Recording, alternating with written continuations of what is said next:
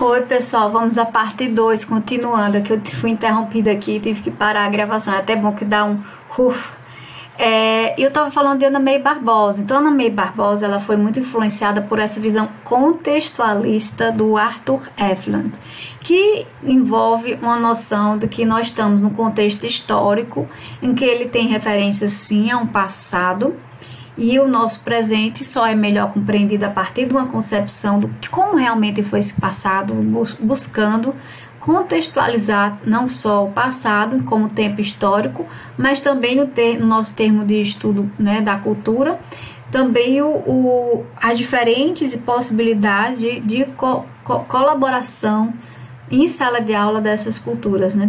Então a memória, significado e transformação, né? São coisas que estão presentes nessas percepções contextualistas, né? E que trazem a essência, né, da visão essencialista, no sentido de ir além, né? Você tem uma visão da arte que é importante, mas você não diz que uma arte é um livre fazer, ela tem sim um sentido, ela tem uma construção de conhecimento, por isso também é cognitiva, né? Ela é cognição. E aí a gente tem uma construção que a Ivone trata no texto dela, que ela diz que a arte contemporânea apresenta referências ao passado, que tem a ver com isso que eu já falei, como este é visto pelos artistas pós-modernos, que reciclam a imagem, fazem citações de obras e estilos. E os contemporâneos fazem isso também, mas vão também um pouquinho adiante, né? Os contemporâneos começam também a revisitar todas essas questões e trazer olhares que eu acredito sim que são revisores, olhares revisores de sentidos. Adiante. E então, gente, a gente tem nessas formas de percepção, né? Ai, me risquei. Então, nós temos nessas formas de percepção os espectros da vista. Vamos colocar aqui pertinho. E esses espectros da vista tem a ver com para onde nós olhamos, né? O desenvolvimento desse olhar tem a ver com as situações que nós vivemos. Então, a partir de uma situação, você desenvolve uma forma de ver aquilo. A sobrevivência, que isso é um termo muito utilizado hoje, sobreviver e não viver, isso não é coerente. A gente tem sim que saber viver, como diz aquela música, é preciso saber viver, não é? E que também a gente não é só comida, a gente quer bebida, diversão e arte. Então, a arte é importante para a gente ser humano. Aí a questão da socialização, que na pandemia agora é uma das questões que eu considero mais problemáticas, né? E que a gente tenta construir mesmo uma distância segura das pessoas, não deixar de ter uma socialização. E aí tem a ver com a questão também, isso tudo está relacionando novas formas de construir esteticamente o nosso olhar. A gente tem que estar atento sobre as diferentes possibilidades de contextos onde nós estamos e como nós podemos influenciar e ser influenciados nesse olhar. Não ser influencers é outra coisa, já é outra definição. E aí a estética, né, no âmbito do ensino das artes visuais, ela envolve o fenômeno artístico. E o fenômeno artístico está dentro de um contexto cultural. Então, está tudo correlacionado. Próximo. E aí, gente, tem uma imagem que eu trouxe aqui. Essa imagem é muito antiga. Isso é da época que eu participava de um grupo do Orkut, gente, é o novo. O grupo se chamava Você é Artista, Isso Passa. A partir de uma imagem de uma obra que já foi refeita várias vezes, uma performance, e que um artista colocava ele como artista e um atirador, né, para dar um tiro nele, que isso era uma grande obra de arte. Já isso é numa época de conceitualismo extremo, né, que até hoje ainda existe essa corrente conceitual, a arte, e muitas vezes trabalha com também uma visão mais macabra, e algumas vezes também com víscera, né, a arte mais visceral, trabalho com excrementos, com coisas assim que já chocaram, hoje ainda choca um pouquinho menos, mas aí acaba também trazendo aquela visão de essencialista, que acaba a arte se esvaziando ao extremo, com tudo que é ao extremo tem esse perigo, e fica a arte pela arte, ela por si só se explica e se consolida como arte. Então é como se não considerasse também a relação com o público e o espaço onde ela é produzida. A gente tem que ter muito cuidado com esses critérios e com esse julgamento de valores. não desconsiderando esse tipo de arte, mas entendendo criticamente por que ele foi gestado e que sentido os artistas fazem esse tipo de trabalho, onde eles colocam, por que eles colocam, interesse de quem ou de que é colocado esse tipo de coisa. E aí essa questão também do distanciamento do público, o público que é o povo, não é só a elite, né? É a questão da produção visual, a imagem, então a imagem está em tudo, a gente já sabe. A questão das representações mentais, também já falei sobre isso. E uma coisa que eu falei na minha tese, que essa percepção corresponde à adequação de um estímulo, né, dessas imagens mentais, um vocabulário visual. Isso eu já falei para vocês, a gente já discutiu nessa relação da imagem mental, a imagem que você tem do que é aquilo, daquela representação que você está falando e que está desenhando, que está configurando. E o arcabouço, ou seja, o baú mental que nós temos de imagem. Nós temos tanto de imagens como de grafismos, que são percepções das formas. Né? Então, aquelas formas, tem até o Lucius Wong, né, que diz que das coisas nascem coisas. Não, o Lucius Wong não, é sintaxe da linguagem visual. Bruno Munari, que fala das coisas nascem as coisas, que está indo mais pro design, a linha dele. Então, gente, tem alguns autores, né, que eu tô trazendo, não sei se vocês já tiveram contato, eu sei que alguns não, mas aí eu faço algumas provocações para vocês. Que possibilidade nós podemos hoje utilizar para perceber a imagem, as diferentes visualidades, não só a imagem, eu digo de visualidades como tudo que é visto. E a imagem tem a ver mais com uma representação, né? A imagem pode ser imagem mental, pode ser uma imagem imaginativa.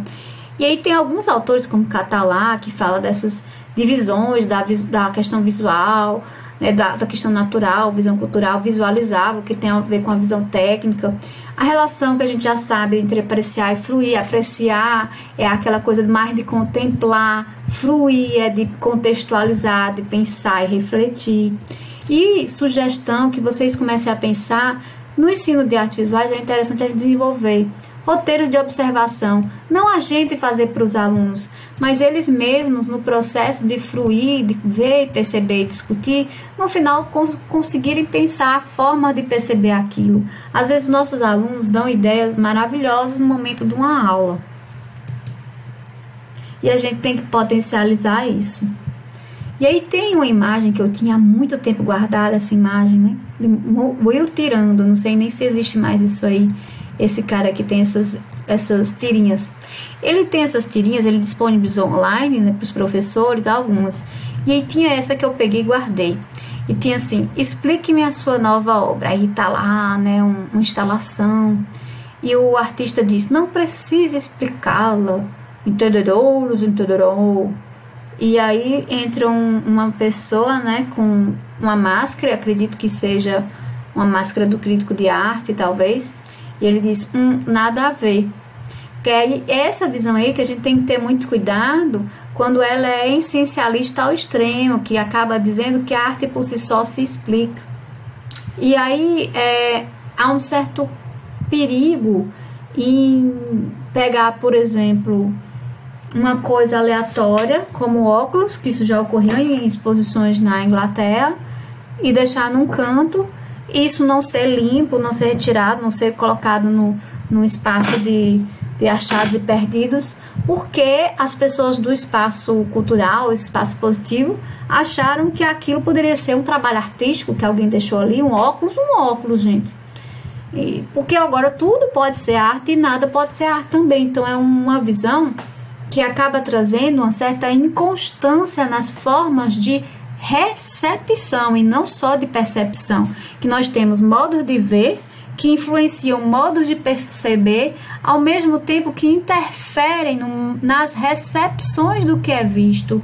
A recepção é essa interpretação compreensiva da cultura, ou seja, da obra de arte, da imagem, ou um termo maior que tem a ver com outras relações, que é a visualidade.